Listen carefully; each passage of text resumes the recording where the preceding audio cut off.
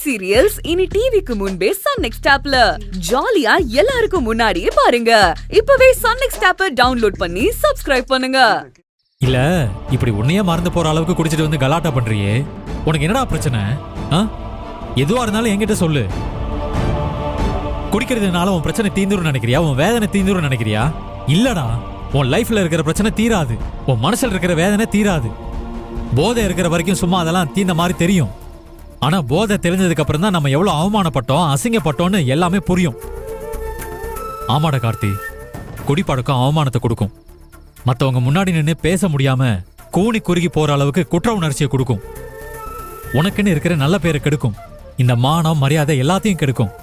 எல்லாத்துக்கும் மேல உன்னை நம்பி இருக்கிற குடும்பத்தில் இருக்கிற எல்லாரோட நிம்மதியும் கெடுக்கும். இப்படி ஒரு குடி உனக்கு தேவையாடா? அண்ணா தப்பா எடுத்துக்காதண்ணா, நான் ஏதோ புத்தி கிட்ட போய் குடிச்சிட்டு வந்துட்டேன், வேணும்னு பண்ணலண்ணா. டேய், இப்ப அழுது என்னடா பிரயோஜனம்? உன்னால நம்ம வீட்டுல இருக்கிற எல்லாரும் எப்படி அவமானப்பட்டோம் தெரியுமா? டேய், இது வரைக்கும் நீ எத்தனையோ தடவை என் சட்டையை பிடிச்சு சண்டை போட்டிருக்க. அப்பெல்லாம் கூட நான் இவ்வளவு வேதனைப்பட்டது இல்லை, அவமானப்பட்டதும் இல்லை.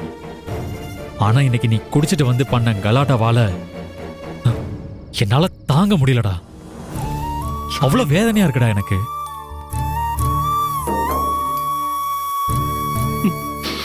அத நீ என் இடத்துல இருந்தாதான் உன்னால புரிஞ்சுக்க முடியும். என்ன மன்னிச்சிருண்ண, என்ன மன்னிச்சிருண்ண. இனிமே இப்படி ஒரு தப்ப நான் எப்பவும் பண்ண மாட்டேன. ஆனா சத்தியமா பண்ண மாட்டேன. சரி சரி விடு. இனிமேலாச்சும் உன் மனசை கண்ட்ரோல் பண்ணி வச்சுக்கோ. அவன் கூப்பிட்டான், இவன் குடிக்க வச்சுட்டான்னு வேற யாரையும் குத்தம் சொல்லிட்டு இருக்காத, சரியா? எந்த பிரச்சனை வந்தாலும் அதுக்கு குடி ஒண்ணுதான் தீர்வுன்னு நீ எப்பயுமே நினைக்க கூடாது, புரியுதா? புரியுதுண்ண.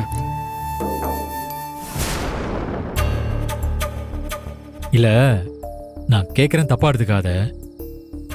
சத்யா கூட எதுவும் பிரச்சனை இல்லையே, அவ எதுவும் பிரச்சனை பண்ணலையே? இல்லண்ணா, இல்ல. ரெண்டு பேரும் சந்தோஷமா தானே இருக்கீங்க?